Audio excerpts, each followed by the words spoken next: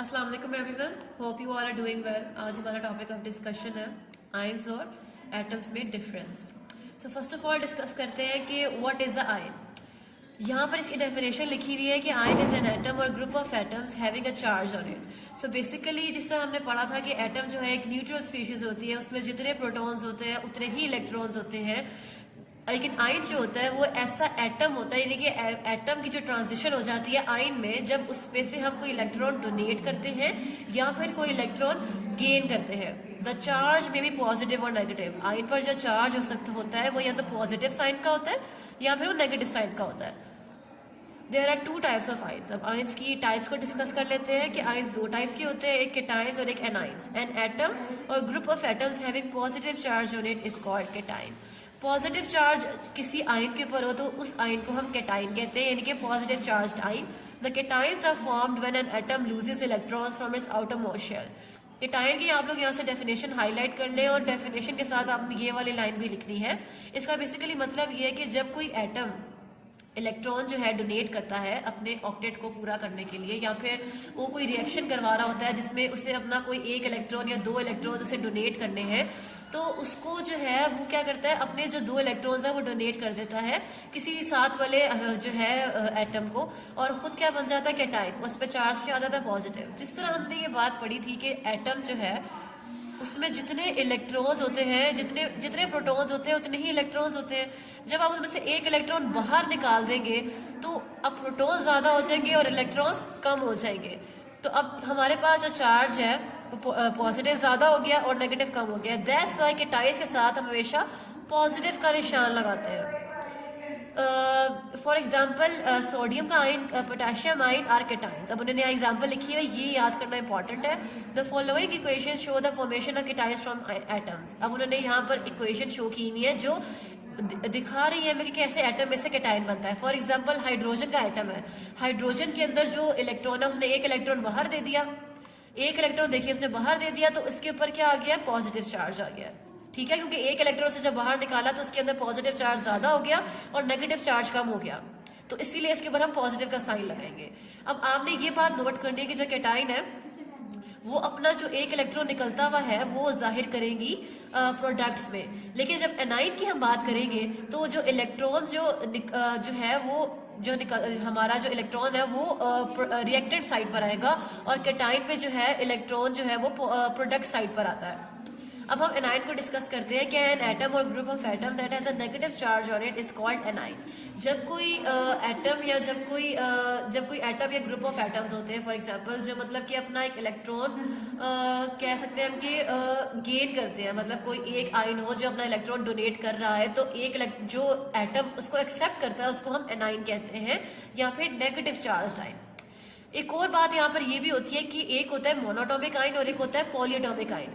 Monoatomic ion जिसमें एक atom हो, लेकिन यहाँ पर देखिए हम पॉलीएटॉमिक आयन जो होता है उसको हम आगे जाके डिस्कस करेंगे। अभी आप इसमें देखिए कि ये जैसा मोनोटॉमिक आयन है, इसने एक इलेक्ट्रॉन दिया है तो इसीलिए इसके ऊपर एक पॉजिटिव चार्ज है।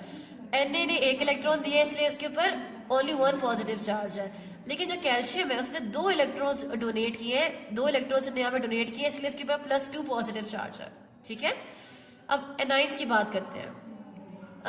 A9 is formed by the gain or addition of electrons to an atom. वही बात जो मैंने कही है कि जो एनाइन होता है जब कोई एटम में इलेक्ट्रॉन ऐड होता है या फिर वो इलेक्ट्रॉन को गेन करता है तो वो एनाइन बन जाता है, एटम से एनाइन बन जाता है। For example chloride and oxide ion.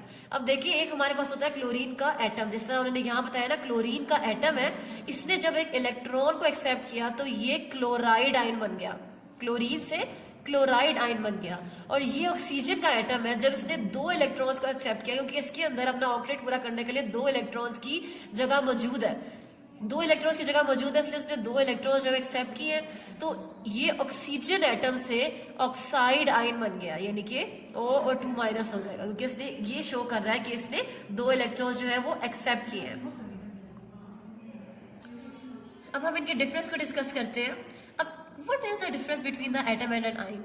Atom जो होता है बेसिकली हमने पढ़ा था कि is the smallest particle of an element, यानी कि एलिमेंट में सबसे छोटा जो पार्टिकल होता है जिससे मजीद छोटा नहीं किया जा सकता, सबसे ज्यादा छोटा जो होता है ना एलिमेंट, यानी कि प्योर सब्सटेंस होती है ना एलिमेंट, तो उसमें जो सबसे स्मॉलेस्ट पार्टिकल होता है वो होता है एटम। लेकिन आयन जो है वो सबसे स्मॉलेस्ट यूनिट होता है आयोनिक कंपाउंड का। सो बेसिकली डिफरेंस क्या है तो दोनों ही स्मॉलेस्ट पार्टिकल, लेकिन एटम जो है वो स्मॉलेस्ट पार्टिकल है एलिमेंट का, और आयन जो है वो स्मॉलेस्ट यूनिट है आयोनिक कंपाउंड का। अब एटम जो है इट कैन और can not exist independently and can take part in a chemical reaction. कि एटम जो होता है वो अपने ओन पे भी एग्जिस्ट कर सकता है, अगर वो किसी के साथ मतलब रिएक्ट ना भी करे तो वो फुली स्टेबल है, उसे किसी और के साथ रिएक्ट करने की जरूरत नहीं है, and it can take part in a chemical reaction.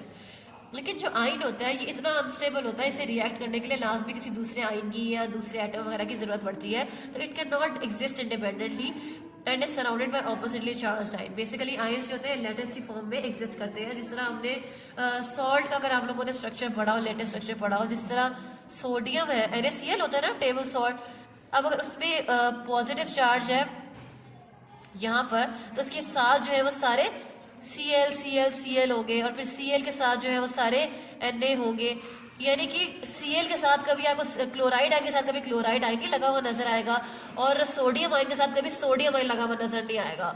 जो एक चार्ज वाला आयन है वो हमेशा ऑपोजिटली चार्ज वाले आयन के साथ होगा, कभी भी सेम चार्ज वाले आयन के साथ नहीं होगा, क्योंकि हमने ये बात पढ़ी हुई है कि जो लाइक चार्जेस होते हैं वो हमेशा रिपेल करते हैं, और जो अलाइक चार्जेस होते हैं दे ऑलवेज जो सेम चार्जेस होते हैं जैसे सोडियम और सोडियम दोनों में पॉजिटिव चार्ज है, they will repel each other, यानी एक दूसरे से दूर जाते हैं। लेकिन जो ऑपोजिट चार्जेस होते हैं जिस तरह के सोडियम और क्लोराइड आयन है, दे आर ऑपोजिट चार्जेस, एक पॉजिटिव है दूसरा नेगेटिव है, they will always attract each other. इसका मतलब ये है and is surrounded by oppositely charged ion, कि जिस तरह सोडियम का आयन है फॉर एग्जांपल, ये हमेशा सराउंडेड होगा ऑपोजिटली चार्ज्ड आयन, यानी कि जो क्लोराइड का आयन है। अब जो एटम है इट इज इलेक्ट्रिकली न्यूट्रल, यानी कि चार्ज के लिहाज से देखा जाए इट इज न्यूट्रल, जितने प्रोटॉन्स होंगे उतने इलेक्ट्रॉन्स होंगे। लेकिन this is not the case in an ion, it has a net charge इधर नेगेटिव और पॉजिटिव ऑन इट, मतलब कि उसमें जो चार्ज होता है या तो नेगेटिव होता है या फिर पॉजिटिव होता है, मतलब कि उस पर जितने उसने एक इलेक्ट्रॉन जो है एक्सेप्ट कर लिया और एक इलेक्ट्रॉन जो है उसने डोनेट कर दिया। लेकिन जो एनाइन है उसके केस में एक जो है उस पर नेगेटिव चार्ज होता है, क्योंकि उसने जो इलेक्ट्रॉन है वो एक्सेप्ट किए हैं, तो उसके ऊपर जो नेगेटिव चार्ज है वो ज़्यादा हो गया। इसीलिए जो है इसका मतलब है कि आयन जो है डज अ नेट चार्ज इधर नेगेटिव और positive on it. I hope आपको समझ आ गई होगी। Thank you. अल्लाह।